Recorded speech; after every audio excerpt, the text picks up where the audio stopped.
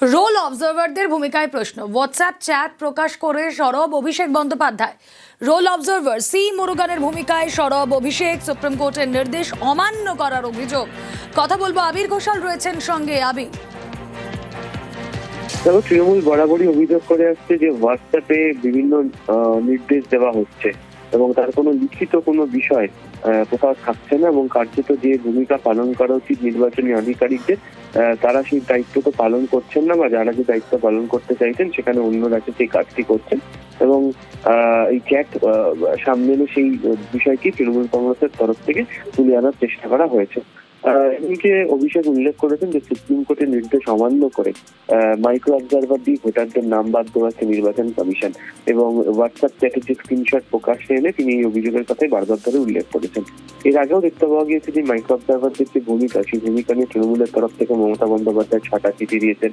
অভিষেক বন্দ্যোপাধ্যায় তিনি যখন দিল্লি থেকে দেখা করেছিলেন তিনি সেই প্রসঙ্গের কথা বলেছিলেন। এছাড়া কলকাতাতে পি অফিসে বারবার যখন তৃণমূল কংগ্রেসের টিম থেকে তারা এই প্রসঙ্গের কথা বারবার ধরে উল্লেখ করেছে। ফলে তার একটি অভিযোগ, এই এক্সপ্যান্ডেলে মাইক্রো অবজারভারদের নির্দেশ দিয়ে ভোটারদের নাম বাদ দেওয়ার চেষ্টা করা হচ্ছে এবং সেই অভিযোগের সপক্ষই তিনি এই চ্যাট, তিনি একাধিক চ্যাট তিনি আজকে তার এক্সপ্যান্ডেলের সঙ্গে জুড়ে দিয়েছেন।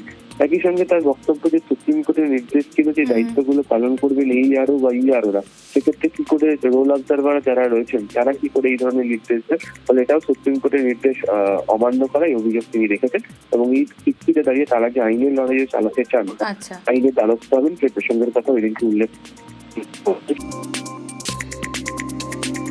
সুপ্রিম কোর্ট স্পষ্ট আর কঠোর নির্দেশ দিয়েছে নির্বাচন কমিশনকে যে এসআইআর প্রক্রিয়ায় অ্যাকাউন্টেবিলিটি, ট্রান্সপারেন্সি আর ডিউ প্রসেস নিয়ে কাজ করতে হবে। তা সত্ত্বেও আমরা দেখছি যে নির্বাচন কমিশন এখনো হোয়াটসঅ্যাপে অর্ডার দিয়ে যাচ্ছে। আরও দেখেছি যে যারা রোল অবজার্ভার্স তাদের লগ ইন ক্রিডেন্সিয়ালস কলকাতা থেকে কন্ট্রোল করে একটি বিশেষ সম্প্রদায়ের মানুষকে টার্গেট করা হচ্ছে আর তাদের নাম ইলেকটোরাল রোলস থেকে বাদ দেওয়া হচ্ছে। নির্বাচন কমিশনকে জানা উচিত, তারা যদি কোনো রাজনৈতিক দলের হয়ে কাজ করছে তাহলে আইন অনুযায়ী তাদের শাস্তি দেওয়া হবে।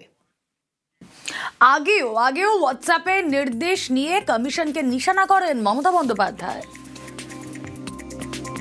এই তুগলকি কমিশন কতগুলো হোয়াটসঅ্যাপ দিয়েছে।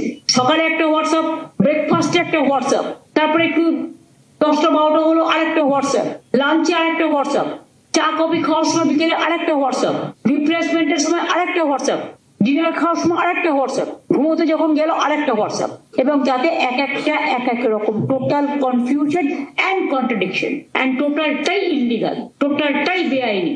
আমি অনেক ইলেকশন কমিশন দেখেছি in my life, but I have never seen this type of Tughlaki commission who are running the commission through a particular political party